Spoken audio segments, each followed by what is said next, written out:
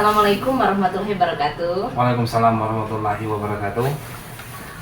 Jadi gini Pak, saya ingin melakukan wawancara kepada Bapak untuk pemenuhan tugas di modul 3.1 tentang pengambilan keputusan. Oh ya, Kira-kira Bapak bersedia menjadi narasumber untuk kegiatan ini? siap. Oke. Saya mengucapkan terima kasih banyak nih kepada Bapak karena Bapak sudah bersedia meluangkan waktu untuk kegiatan wawancara ini, Pak. Sama-sama. Oke. Di sini kita langsung mulai, Pak ya. Ya, boleh ya. Oke. Selama ini, bagaimana Bapak mengidentifikasi kasus-kasus yang merupakan dilema etika atau bujukan moral? Oh, jadi kalau dalam kasus dilema etika ini, itu kita itu dihadapkan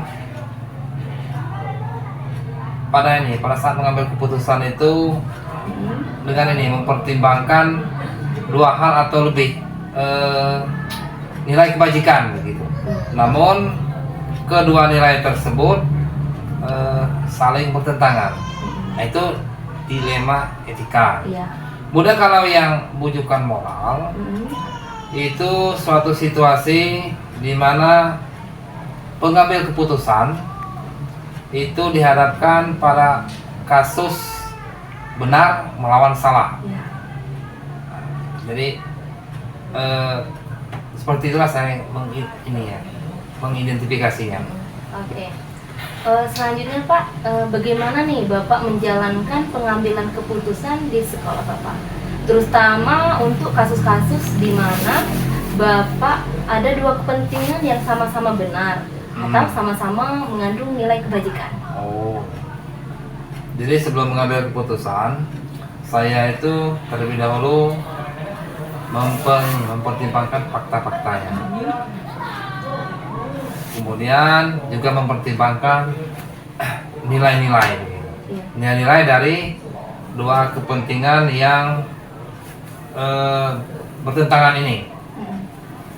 Setelah itu saya mengajak wakil kepala sekolah, kemudian guru, dan juga tidak lupa ini guru BK. Guru BK untuk berdiskusi, untuk melihat dari berbagai sudut pandang terhadap permasalahan ini atau kasus ini. Kemudian baru kita ambil keputusan. Seperti itu cara untuk menanganinya. Oke. Untuk pengambilan keputusan. Pengambilan keputusan itu. Oke. Selanjutnya Pak, langkah-langkah nih atau prosedur seperti apa yang biasanya Bapak lakukan selama ini? Kalau langkah-langkahnya itu saya itu ini. Yang pertama mengidentifikasi nilai-nilai tersebut. Oke. Jadi sebelum mengambil keputusan kita identifikasi nilai-nilai yang ada di permasalahan itu tadi. Setelah itu mencari fakta-fakta yang berkaitan dengan permasalahan tadi ya. Selanjutnya baru kita musyawarah dengan rekan sejawat. Setelah itu baru kita mengidentifikasi hasilnya. Yang terakhir baru kita ini memutuskan yang terbaik yang akan kita ambil. Apalagi kalau yang ini yang berkaitan dengan siswa. Jadi itu langkah-langkah yang saya lakukan. Kena berpihak pada murid ya. Iya, Jadi karena berpihak siswa murid ya. Harus diperhatikan. Harus ya. perhatikan. Oke. Hal-hal apa saja nih yang selama ini Bapak anggap efektif dalam pengambilan keputusan pada kasus-kasus dilema etika? Yang efektif ya. Kalau yang efektif itu ini, saya itu melakukan musyawarah dengan melibatkan berbagai pihak. Bahkan saya itu sampai sering melibatkan komite sekolah. Komite sekolah. Nah, itu lebih efektif karena istilahnya pengambilan keputusan itu melalui berbagai macam pertimbangan. Selanjutnya Pak, hal apa saja yang selama ini merupakan tantangan dalam pengambilan keputusan pada kasus-kasus dilema etika? Tantangannya ya. Jadi tantangan ini dilema etika kan ini memiliki nilai-nilai kebajikan yang saling bertentangan. Iya. Kemudian sama-sama benar ya. Benar. Hal inilah yang kadang-kadang ini ya membuat saya itu agak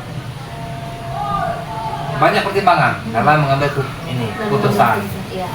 Karena agak rumit begitu Bu. Benar Pak. Jadi oleh karena itu untuk memutuskan sesuatu itu saya memerlukan banyak pertimbangan, kemudian dilihat dari berbagai sudut pandang, kemudian melibatkan beberapa orang, sehingga akhirnya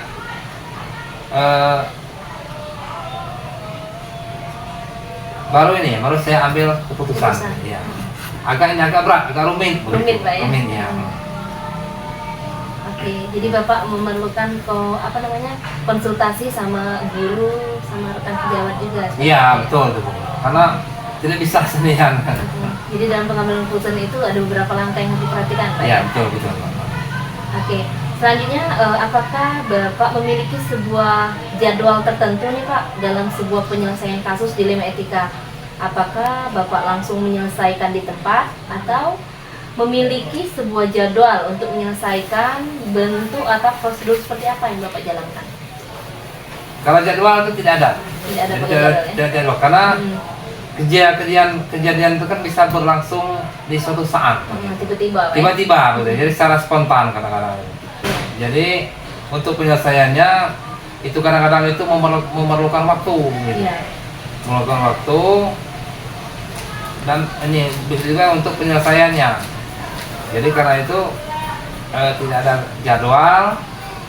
Kemudian kalau misalnya ada kejadian itu kita selesaikan, namun hasil inti dari keputusan itu nanti hasilnya itu gimana tuh agak berdasarkan hasil ini ya, kesepakatan dengan guru atau rekan sejawat tadi ya. Iya, begitulah kira-kira. Jadi musyawarah Pak ya. Musyawarah ini. Oke. Selanjutnya Pak, apakah faktor-faktor nih yang selama ini mempermudah atau membantu Bapak dalam pengambilan keputusan dalam kasus dilema etika yang mempermudah Bapak untuk pengambilan keputusan ini? Ada tuh. Ada pihak-pihak yang membantu saya. Itu misalnya rekan kerja di sekolah, kemudian mereka lah yang memberikan masukan atau pertimbangan dalam pengambilan keputusan. Oke, bagus sekali Pak ya. Oke, ini pertanyaan terakhir nih Pak ya. Iya. Dalam semua hal yang telah disampaikan tadi, pembelajaran apa yang dapat Bapak petik dari pengalaman Bapak dalam pengambilan keputusan dilema etika? Pembelajaran yang saya dapat, yang pertama, saya ini bisa berkomunikasi dengan berbagai pihak. Iya. Jadi sebelum mengambil keputusan itu kita bisa berkomunikasi dengan rekan sejawat, kemudian guru BK, dengan komite. Iya benar. Dan dalam pengambilan keputusan ini juga dengan melibatkan dengan cara musyawarah. Musyawarah dengan berbagai macam pertimbangan tadi itu akan lebih baik hasilnya ketimbang kita berdasarkan diri sendiri begitu Bu. Karena kan diri sendiri itu kadang-kadang itu ada ego begitu dari diri kita gitu. Jadi sangat perlu sekali berdiskusi dengan rekan sejawat Pak. Oh, ya, sangat dalam penting. keputusan. Jadi berbagai pertimbangan tadi baru kita ambil keputusan. Keputusan. Jadi terlepas dari ego diri sendiri. Iya. Karena kadang melawan ego kita Iya. sendiri itu agak susah. Agak Pak, susah, ya. ya. Benar sekali. Iya. Oke Pak, mungkin ini saja Pak untuk pertanyaan wawancara hari ini. Sebelumnya saya mengucapkan terima kasih banyak nih kepada Bapak karena sudah meluangkan waktu untuk kegiatan wawancara untuk memudahkan tugas kami nih pada modul 3.1 di kegiatan guru penggerak ini. Kemudian nanti Pak, hasil rekaman kita ini akan diupload nih di media sosial YouTube. Nanti apakah Bapak keberatan kalau jawaban Bapak dilihat banyak orang? Tidak. Tidak. Tidak apa-apa. Oke, tidak apa-apa. Mungkin ini saja yang dapat saya sampaikan Pak. Lebih dan kurang saya mohon maaf kepada Bapak dalam kegiatan wawancara ini. Ya, sama-sama. Ya, terima kasih ya Pak sudah meluangkan waktu. Ya, ya mudah-mudahan hasilnya perjuangan Ibu bisa berhasil nanti. Amin. Untuk meraih guru penggerak begitu ya. Oke, saya akhiri. Wassalamualaikum warahmatullahi wabarakatuh. Waalaikumsalam warahmatullahi wabarakatuh. Oke, assalamualaikum warahmatullahi wabarakatuh Pak. Waalaikumsalam warahmatullahi wabarakatuh. Perkenalkan Pak, saya Mira Sartika dari SMP 1 Marakmumu, CGP Angkatan 9. Ya. Jadi Pak, saya di sini Tadi panggilannya Sartika ya? panggilannya Mira. Mira. Ya, Panggilannya Mira. Iya. Nama panjangnya? Mira Sartika. Mira Sartika. Mm-mm. Oke. Lanjut. Jadi boleh Bapak manggil Sartika, boleh dipanggil Mira. Boleh Mira. Bu Mira ya umumnya. Iya. Boleh tahu Bapak namanya siapa Pak? Pak Badawi. Pak Badawi. Jadi dipanggil Pak Awi kalau di sini. Oh Pak Awi. Ah. Oke. Ya. Jadi Pak Badawi, di sini saya ingin melakukan wawancara kepada Bapak untuk pemenuhan tugas di modul 3.1 tentang pengambilan keputusan. Baik. Oke, kira-kira Bapak bersedia menjadi narasumber untuk kegiatan ini Pak? Siap, tapi seadanya ya, tanpa persiapan soalnya. Iya, terima kasih Pak ya. Ah. Saya mengucapkan terima kasih banyak kepada Bapak karena sudah bersedia meluangkan waktu untuk kegiatan wawancara ini. Baik. Oke, di sini kita bisa langsung mulai Pak. Boleh langsung. Bentar. Oke, Pak, selama ini bagaimana Bapak dapat mengidentifikasi kasus-kasus yang merupakan dilema etika atau bujukan moral? Baik. Seingat saya, kita harus mentelaah dulu permasalahan itu satu persatu kan dengan cara istilahnya tabayun dulu kan. Iya. Permasalahan itu datang sebagai bujukan moral ataupun dilema etika. Iya. Kalau dilema etika kan ketika hal baik bertemu dengan hal baik ya kan. Nah, dilema etika itu ketika yang baik ketemu dengan baik, sama-sama baik, tapi kita harus mengambil keputusan yang terbaik. Iya. Seperti itu kan. Nah, seperti itu. Oke. Terus selama ini bagaimana Bapak menjalankan pengambilan keputusan di sekolah Bapak, terutama untuk kasus-kasus di mana ada dua kepentingan yang sama-sama benar atau sama-sama mengandung nilai-nilai kebajikan. Baik. Dalam dasar pengambilan keputusan itu kan ada 9 langkah itu yang pasti ada udah pelajari kan di modul. Iya, Pak. Nah, kalau pada prakteknya di lapangan kan kadang-kadang kita itu buka modul itu udah sulit kan. Iya. Untuk mengingat lagi secara teoritis. Namun pada prinsipnya kita paham Iya. bahwa untuk mengambil keputusan itu yang pertama itu tadi tabayun dulu, kemudian diambil seluruh sudut pandang dari yang melapor, dari yang terlapor, dari pihak A, pihak B, sudut pandang penjaga sekolah bahkan dari murid, warga. Jadi kita bisa melihat sesuatu itu secara utuh dulu, baru kita bisa mengkonfirmasi.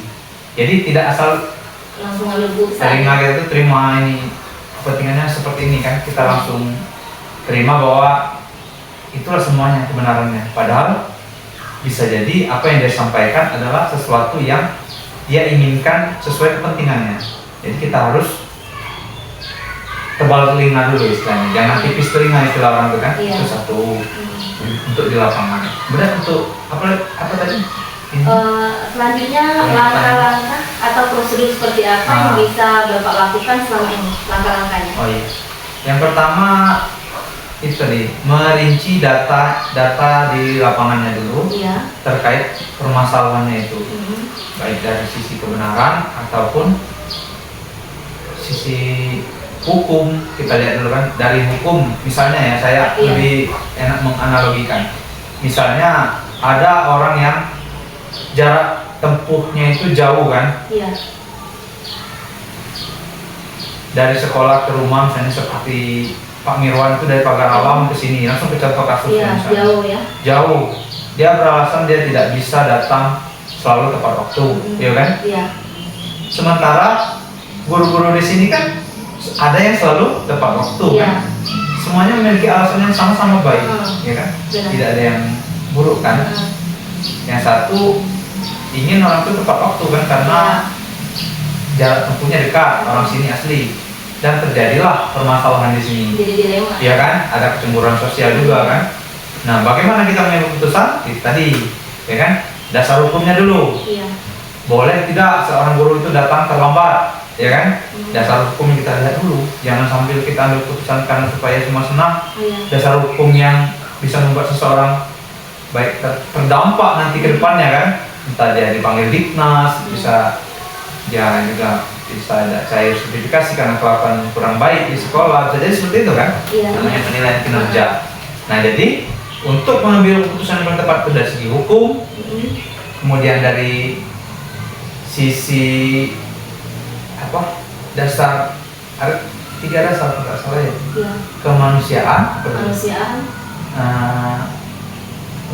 duanya lupa saya itu kan. Nah, dasar inilah yang akan menjadikan kita mengambil keputusan yang paling pas, Iya. tidak merugikan Orang lain.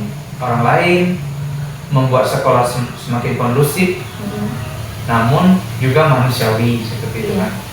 Jangan pula kan karena jarak tempuh sekian harus jam sekian misalnya kan. Kalau pun dipaksakan, memang kita paksa jam 7:30, ke depannya bakal terjadi Iya. lagi dan cemburu lagi. Permasalahan tidak selesai kan, karena otoritas kita. Maka diambillah keputusan ya, masuk jam 8 tapi pulangnya lebih lama. Kan sama tuh, kita Iya, sama. tidak korupsi waktu kalau memang alasannya itu Iya. kan. Nah, jadi kita masuk jam 8, kalau pulangnya SD lain jam 12, kita pulangnya jam 1 zuhur di sekolah. Itu keputusan yang paling Keputusan yang bijak, terbaik. tidak melanggar hukum, tidak korupsi waktu kepada anak, Iya. menghargai guru yang dari jauh, menghargai juga guru yang di dekat, semuanya adil, begitu. Alhamdulillah di sini hal itu bisa diterima. Alhamdulillah Pak ya. Iya, Oke. karena pengambilan keputusannya berdasarkan itu. Berdasarkan kemanusiaan Pak. ya. Iya, istilahnya. Selanjutnya Pak. Itu enggak hanya kemanusiaan, tapi tadi kan dasar hukumnya kita lihat juga. Sesuai dengan data hukum, Iya, ya? 9 langkah pengambilan keputusan Iya, itu udah 9 kita langkah. analisis dulu kan. Nah, Oke. Selanjutnya hal apa saja yang selama ini merupakan tantangan dalam pengambilan keputusan pada kasus dilema etika? oke. Pertama, sebagai sisi manusiawi kita itu kadang-kadang membuatkan jadi sosok yang tidak tegas dalam mengambil keputusan kan. Iya. Beratlah condong ke manusiawinya kan, memang kita manusia seutuhnya kan. Iya. Apalagi misalnya ya terkait guru honor misalnya kan, karena kita sering tidak tega untuk memberikan beban kerja yang memang lebih berat dari yang seharusnya kan. Benar. Dengan gaji sekian, beban kerjanya sama dengan yang PNS. nah, kira-kira sisi kemanusiaan kita di situ kan terganggu untuk memberikan kelonggaran kadang-kadang, tapi kita tetap hak anak untuk pendidikan itu harus sepenuhnya. Iya. Ya, apapun itu, kalau sudah memilih profesi sebagai guru, berarti memiliki tanggung jawab terhadap bangsa ini kan, bukan hanya persoalan materi belakang gitu. Jadi pembelajaran Iya, yang tapi berpihak tetap pada selalu murid Pak ya. menjadi sebuah dilema kan untuk Jadi mengambil dilema. keputusan. Iya. Oke. Selanjutnya, apakah Bapak memiliki sebuah jadwal tertentu dalam sebuah penyelesaian kasus dilema etika? Misalkan, apakah Bapak langsung menyelesaikan di tempat atau memiliki sebuah jadwal untuk menyelesaikan, bentuk atau prosedur seperti apa yang Bapak jalankan? Jadi ada sesuatu permasalahan itu tidak bisa kita lakukan di muka umum, karena kadang-kadang mempermalukan sifatnya kan. Kadang-kadang juga kalau dibuka di muka umum tuh orang itu tidak bisa menerima kan, ketika dikritik kan. Benar.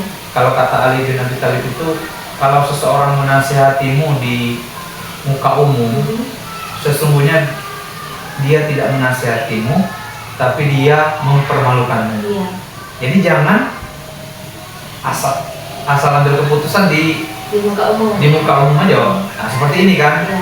kita ngomong di tempat yang kondusif, Iya. tenang, orang itu juga bisa menerima dan bisa bicara yang lebih fokus Iya. tanpa gangguan kan. Nah, bayangkan kalau seandainya di kantor ada yang membahas teh yang kurang enak siang tadi di kantin gitu kan, atau ada yang bahas tentang harga kopi yang sedang naik misalnya seperti itu kan. Jadi fokus terhadap masalah itu kadang-kadang tidak sampai gitu. Iya. Nah, Jadi selanjutnya Pak, misal dari apakah seseorang atau faktor apa yang selama ini mempermudah atau membantu Bapak dalam pengambilan keputusan dalam kasus dilema etika?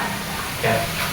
Yang pertama saya juga terbantu karena kemarin sempat ikut guru penggerak, Iya. ya kan? Dengan menjadi guru penggerak, pengambilan keputusan yang saya lakukan itu tidak hanya berlandaskan kepada manusiawi saja, tidak hanya memandang sekilas pandang, namun menggunakan langkah-langkah yang 9 langkah. 9 langkah itu. tadi ya. Kemudian Tiga prinsip paradigma pengambilan keputusan Iya. itu. Nah, dengan memahami hal itu, walaupun kadang-kadang di kepala tuh kadang-kadang lupa, namanya manusia kan tempatnya lupa, Iya. namun tetap pada prinsipnya hal itu bisa dilaksanakan dan itu sangat bermanfaat Sangat bermanfaat. ketika di lapangan. Belum sekali Pak ya, jadi Bapak ikut guru penggerak kemarin, terus alhamdulillah Bapak jadi kepala sekolah, jadi Bapak bisa menerapkan 9 langkah pengambilan keputusan Bisa. prinsip paradigma, sehingga keputusan yang kita ambil itu akan sesuai. Iya, sesuai, berdampak baik, membuat suasana sekolah menjadi kondusif, dan kita pun tahu bahwa keputusan itu tidak akan membuat beberapa orang itu merasa dirugikan. Iya. Nah, terhadap pengambilan keputusan. Jadi tidak merugikan Iya. orang lain dalam mengambil keputusan ya. Iya. Oke, mungkin ini pertanyaan terakhir Pak Iya. ya. Untuk pertanyaan terakhir nih, dari semua hal yang telah Bapak sampaikan tadi, pembelajaran apa yang dapat Bapak petik dari pengalaman Bapak pengambilan keputusan dilema etika? Pelajaran yang bisa saya petik itu adalah bahwa dalam mengambil keputusan itu kadang-kadang memang kita harus tega, dalam artian bukan berarti kita tidak manusiawi, tapi kadang-kadang keputusan yang baik itu tidak menyenangkan bagi beberapa orang. Harus tegas, Pak, ya? Iya, memang harus tegas. Seperti keputusan itu ada yang tidak bisa menerima, tapi itulah gunanya keputusan. Harus ada yang mengambil keputusan dan mempertanggungjawabkan keputusan itu. Itulah gunanya kepala sekolah. Kalau ada yang tidak berani mengambil keputusan, maka jangan jadi kepala sekolah. Ya, karena kadang-kadang kepala sekolah tidak bisa menyenangkan semua orang. Nah, karena yang terbaik itu kadang-kadang tidak menyenangkan. Jamu aja pahit kan, Ya, tapi menyenangkan. Seperti itu. Jadi itu yang sangat Ya. penting sekali poinnya Pak ya. Jadi kita harus tegas dalam pengambilan Tegas. keputusan dengan berdasarkan beberapa langkah Langkah sebelum itu. pengambilan keputusan. Terus berdasarkan juga prinsip paradigma Benar. pengambilan keputusan tadi. Oke, mungkin ini saja Pak pertanyaan hari ini. Sebelumnya saya mengucapkan terima kasih banyak kepada Bapak karena Bapak sudah meluangkan waktu untuk kegiatan wawancara pemenuhan tugas di modul 3.1 kegiatan grup penggerak ini. Kemudian Pak, nanti hasil rekaman ini akan diupload di media sosial, misalnya YouTube. Nanti apakah Bapak keberatan dari jawaban-jawaban Bapak ini akan dilihat banyak orang? Insya Allah tidak keberatan karena juga kan ini namanya praktik baik kan, Ya. bisa jadi sumber inspirasi juga untuk kita semua. Oke, benar sekali Pak. Jadi bisa untuk orang lain tahu juga ya. Mungkin ini saja Pak yang dapat saya sampaikan. Lebih dan kurang saya mohon maaf. Maaf mengganggu waktu Bapak, dan terima kasih banyak Bapak sudah meluangkan waktu hari ini Pak ya. Ya, sama-sama. Oke. Mohon maaf ya apabila ada kata-kata yang salah atau Iya. boleh dikoreksi nanti kalau teori-teori yang saya sampaikan tadi salah, di kemudian hari sampaikan. Tapi Mira sangat bahagia sekali nih. Bisa maksudnya pas Mira wawancara ini, karena Bapak ini udah grup penggerak, jadi ngalir kan. Bapak Ya. udah mengambil keputusan Baik. sesuai langkah-langkah yang sudah dilakukan dari Sama. manajemen langkah dan prinsip paradigma. Karena sebuah keputusan itu akan lebih baik jika kita melakukan langkah-langkah yang tadi. Baik. Terima kasih banyak Pak ya. Baik, sama-sama. Oke. Ya, silakan Assalamualaikum lanjutkan. warahmatullahi wabarakatuh. Waalaikumsalam warahmatullahi wabarakatuh.